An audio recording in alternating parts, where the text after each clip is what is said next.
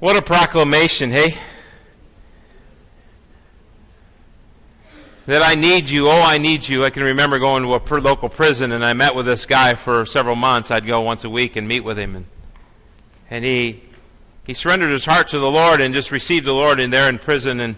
And I continued to meet with him, and I said, what do you think of today? And I said, what do the guys think back there? And he said, they think I'm weak.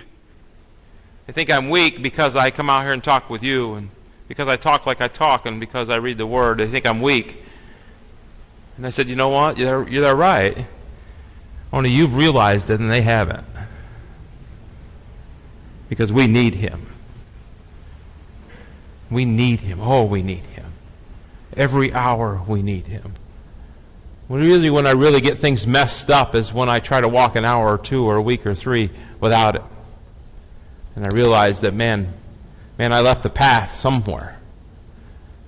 We've been walking through. I like the movie Hercules. You know, I like a movie where the hero doesn't. I don't like the hero getting beat up half to death and then all of a sudden getting back up. This, you know, and really winning in the end. I always want the hero to win all the way through. That's a chick flick to me. You know, I want him to kick tail all the way through, always come out on top. I don't want him to get I don't want him to end up hurt. I like him when he does that. And I like Hercules for that reason because, yeah, okay, he might start out a little slow and he finishes way strong. But there's another character in this movie that really catches my attention. And Aeolus is his name, and he's Hercules' nephew. And he's kind of in the back of the picture the whole time. And the clip that I'm going to show this afternoon, it's him. It's him that I'm focused in on. The other characters are there, they're having this discussion. But listen to what he says. If we hurry, we're spending our fortunes in Macedonia. Take mine too. What do you think you're doing? Let's go. There'll be no more innocent blood on my hands. I can't leave without setting this right. Oh, I see. And who's going to be paying us for this suicidal endeavor? Thrace needs our help. To hell with Thrace, we have gold. You remember the Black Sea? That beach you spoke of was within reach. Leave now. Be free. I would never be free. In this fight, you're alone. Never saw that one coming. How can you just walk away? You can't just leave. Why not? All right. You've sacrificed your lives for me. Now you can finally be free. Whatever debt you feel you owe me is paid. Debt? You think we follow you because we owe you? Look around, Hercules. We're a family. All we have is each other. We will fight for you. And if it's our time, we will die for you. Because you will die for us. Take that too. I have no need of it. This is madness. You want madness? Tonight, a spear of flame will pierce my heart. Is that not the most insane death you've ever heard of?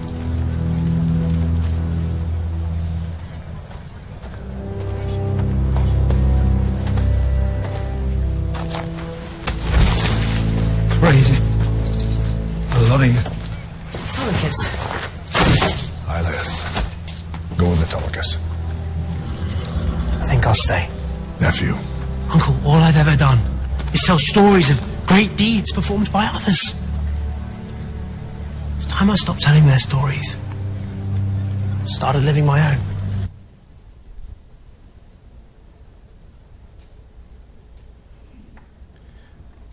I asked on Friday night, who are you?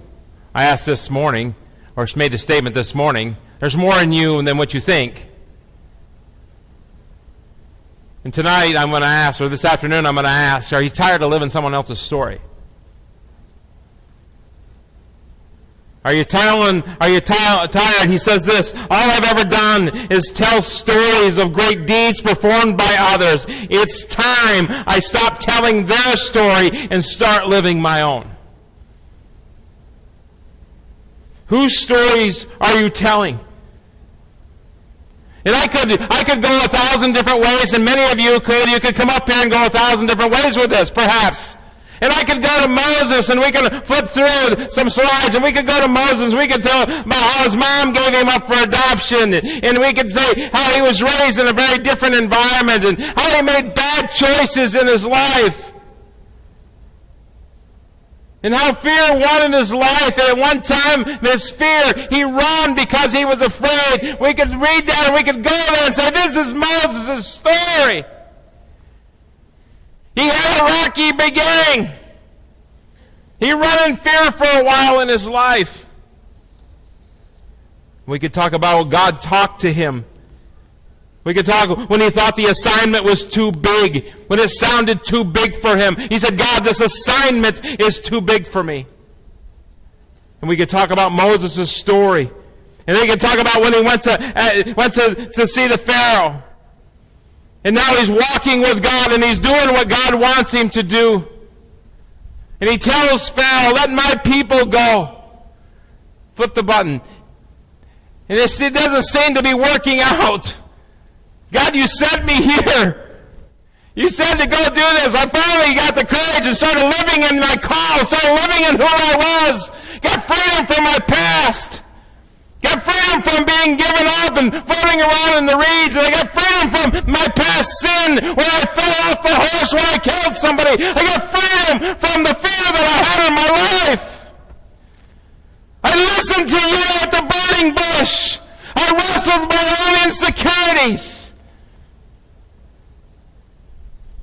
I started to walk where you wanted me to walk, and I started doing what you want me to do, and this failure seems like it's not going the way I kind of planned this.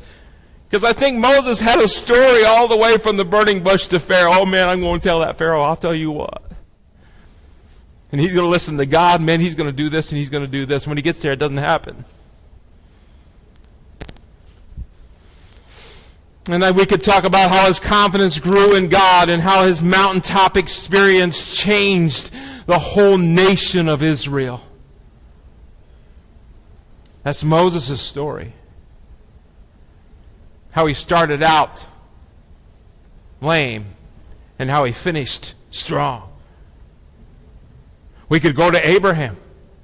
We could talk about Abraham and we could talk about how he got married, but then they were barren and they couldn't have any kids. We could talk about how God said, you're going to have to trust me. And the promised blessing and the giving of the land. I always find this interesting that in Genesis 12:7, the Lord appeared to Abram and said, to your offsprings I will give this land. In Genesis 12:10, 3 verses later, now there was a famine in the land. You got to be kidding me. God, you just give me this land. And now there's a famine? And he moved to Egypt.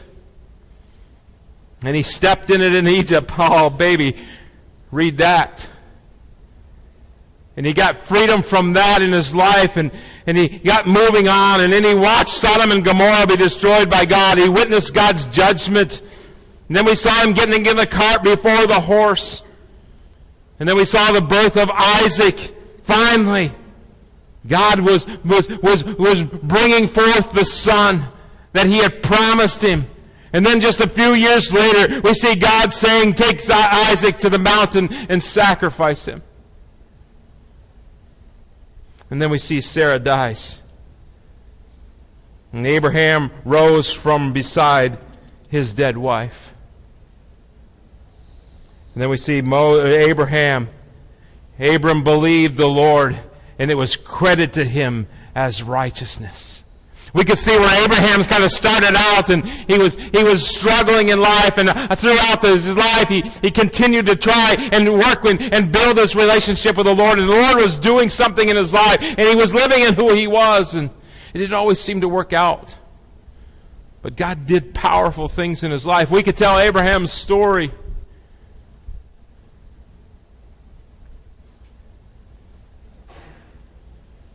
And I could tell Noah's story, and so could you, and David's story, and Samuel's story, and Peter's story, and James's story, and John's story, and Paul's story. We could tell story after story of what? Of men who had decided to walk where God wanted them to walk. Who met the opposition, who were strengthened by God, and who walked with God, and who finished strong, and the nations and the people around them and their families were impacted greatly by this choice to let God rule in their life. But I'm not going to do that.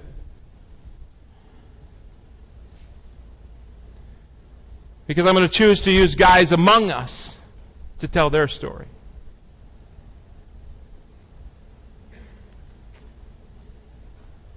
There are some guys in this room that have amazing stories. And Dave come up here this morning. Is anybody else glad that Dave interrupted the service?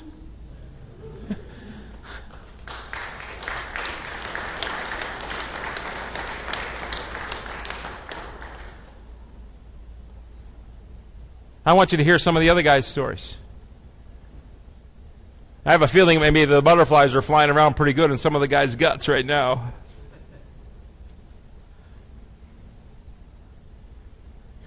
How about it, Neil?